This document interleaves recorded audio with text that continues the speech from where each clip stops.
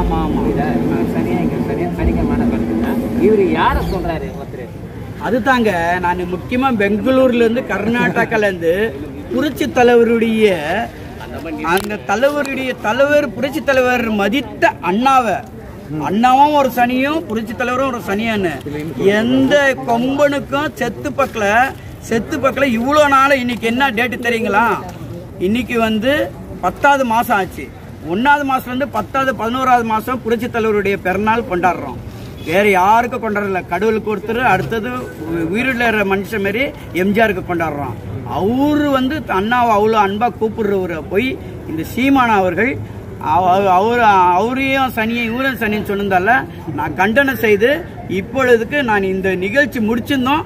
அடுத்த ஸ்டெப்பு நான் பெங்களூருக்கே போக மாட்டேன், ஸ்டேஷனுக்கு போய் அவர் மேல கம்ப்ளைண்ட் கொடுத்து அண்ணா கிட்டையும் தலைவருடைய இதுக்கிட்டையும் எம்ஜிஆர் ரசிகர்கிட்ட மன்னிப்பு கேட்டால் தான் நான் வீட்டுக்கு போவேன். கரெக்ட் இல்லைன்னா நான் ரோட்ல வண்டி நிற்க போலீஸ் வண்டி ஏறானா கூட எடுக்க மாட்டேன். ஒரு பேட்டி அவர் சனியன்னு சொன்னார். என்ன சனியம்? தமிழர்களை சாவடிச்சாங்க.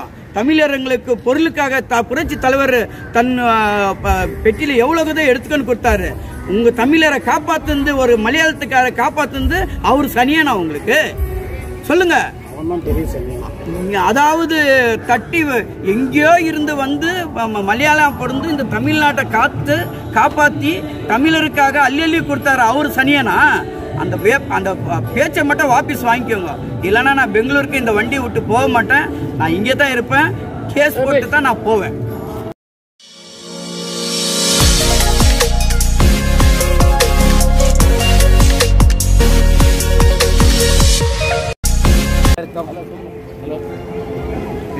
ரெடி தான் போவேன். அனைவருக்கும் வணக்கம். பிஎஸ் அண்ணா வணக்கண்ணா. வணக்கங்க. பெங்களூர்லேருந்து வரீங்க? ஆமாம். சரி, நான் ஒன்று கேட்குறேன். சொல்லுங்க. ஸ்ட்ராங்கான சரி தான். டபுள் ஸ்ட்ராங்காக சொல்லுங்கள். சரி, இப்போ நீங்கள் படம் போட்டுக்கிறீங்க? ஆமாம். இல்லைங்க, ராஜ்குமாரி எம்ஜிஆர் படம். இப்போ படம் யாரும் போடுறாங்க? ஆமாம். இந்த படம் போட்டு ஒரு மாதத்துக்கு ஒரு 15 நாள் முன்னாடி நான் வெளியப்படியே சொன்னேன். அதாவது ஸ்டேட்மெண்ட். ஆமாம், இங்கே ஒரு சனியை இங்கே ஒரு சனியை. நான் சொல்லுறது புரியுதா? சரி, சொல்லுங்க. புரிஞ்சிச்சு, சொல்லுங்க. சனி போனால் துணை போகணும். ஆமாம் ஆமாம். புரியுதா? சனியா இங்கே சரியா சரிக்கமான கருத்துங்க. இவர் யார சொல்றாரு ஒருத்தர்? அதுதாங்க நான் முக்கியமா பெங்களூர்ல இருந்து கர்நாடகால இருந்து புரட்சி தலைவருடைய அந்த தலைவர் புரட்சி தலைவர் மதித்த அண்ணாவும் ஒரு சனியும் புரட்சி தலைவரும் ஒரு சனியான்னு எந்த கொம்பனுக்கும் செத்து பக்கல இவ்வளோ நாள் இன்னைக்கு என்ன டேட்டு தெரியுங்களா? இன்னைக்கு வந்து 10வது மாசம் ஆச்சு. 1வது மாசத்துலேருந்து 10வது 11வது மாசம் புரட்சி தலைவருடைய பிறநாள் கொண்டாடுறோம். வேற யாருக்கும் கொண்டாடல, கடவுளுக்கு ஒருத்தர், அடுத்தது உயிரிழற மனுஷன் மாரி எம்ஜிஆருக்கு கொண்டாடுறோம். அவரு வந்து அண்ணாவை அவ்வளோ அன்பா கூப்பிடுறவரை போய் இந்த சீமானா அவர்கள் அவரையும் சனியும் இவரும் சனின்னு சொன்னதால நான் கண்டனம் செய்து இப்பொழுதுக்கு நான் இந்த நிகழ்ச்சி முடிச்சிருந்தோம். அடுத்த ஸ்டெப்பு நான் பெங்களூருக்கே போக மாட்டேன், ஸ்டேஷனுக்கு போய் அவர் மேல கம்ப்ளைண்ட் கொடுத்து அண்ணா கிட்டையும் தலைவருடைய இதுக்கிட்டையும் எம்ஜிஆர் ரசிகர்கிட்ட மன்னிப்பு கேட்டால் தான் நான் வீட்டுக்கு போவேன். கரெக்ட் இல்லைன்னா நான் ரோட்ல வண்டி நிற்க போலீஸ் வண்டி ஏறானா கூட எடுக்க மாட்டேன். ஒரு பேட்டி அவர் சனியன்னு சொன்னார். என்ன சனியம்? தமிழர்களை சாவடிச்சாங்க. தமிழர்களுக்கு பொருளுக்காக புரட்சி தலைவர் தன் பெட்டியில எவ்வளவுதான் எடுத்துக்கொண்டு கொடுத்தாரு. உங்க தமிழரை காப்பாத்துந்து ஒரு மலையாளத்துக்கார காப்பாத்துந்து அவரு சனியானா உங்களுக்கு சொல்லுங்க. அதாவது தட்டி எங்கேயோ இருந்து வந்து மலையாளம் பிறந்து இந்த தமிழ்நாட்டை காப்பாத்தி தமிழருக்காக அள்ளி கொடுத்தாரு அவரு சனியானா? அந்த பேச்சை மட்டும் வாபஸ் வாங்கிக்கோங்க. இல்லைன்னா நான் பெங்களூருக்கு இந்த வண்டியை விட்டு போக மாட்டேன். நான் இங்கே தான் இருப்பேன். கேஸ் போட்டு தான் நான் போவேன். என்ன சொல்றீங்க? சொல்லுங்க. ஒரு தீவிரமான ஒரு இது எல்லாரும் கண்டனத்தை தெரிவிக்கிறோம். ஏன்னா எம்ஜிஆர் ரசிகர் மட்டும் இல்ல, இங்க இருக்கிற எம்ஜிஆர் ரசிகருங்க இன்ன வரைக்கும் யார் இது மாரி பேட்டி கொடுத்து எது சொல்றீங்க? ஏன் பயப்படுறீங்க? நான் பெங்களூர்ல இருந்து வந்து இருக்கிறேன். உங்க தனிப்பட்ட கருத்து பெங்களூர்ல இருந்து இருக்கிறாங்க, பெரிய விஷயம் தான். ஆமா, நீங்க ஒரு மாதிரி கம்ப்ளைண்ட் கொடுக்குறேன். ஆனா இங்க இருக்கிறவங்க வந்து ஆட்சியாளர் எதிர்கட்சியா யாரு?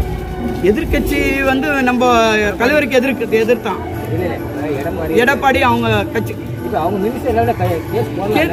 ஏன்னா போட மாட்டாங்களே. காரணம் என்னன்னா இப்ப ஆட்சி ஆண்டவங்க அவங்கள அரெஸ்ட் பண்ணிடுவாங்களே.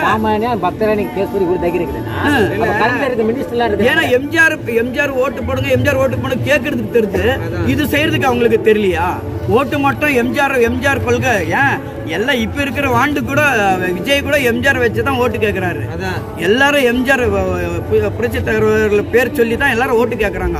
ஏன் இந்த இப்படி தலைவர் இப்படி கேட்டீங்கன்னு ஒரு வார்த்தை ஏன் அந்த எடப்பாடி ஐயா கூட ஏன் கேட்கல? அவங்களாம் அந்த ஆளுங்கெல்லாம் ஏன் கேட்க மாட்டேங்கிறாங்க?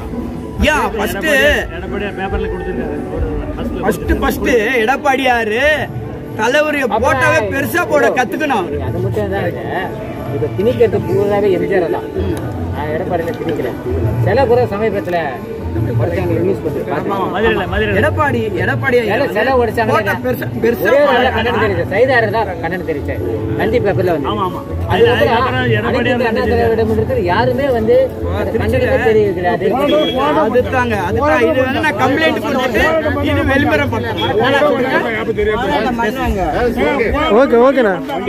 கண்டிப்பா இந்த நான் போராட்டத்தை நான் தொடருவேன்.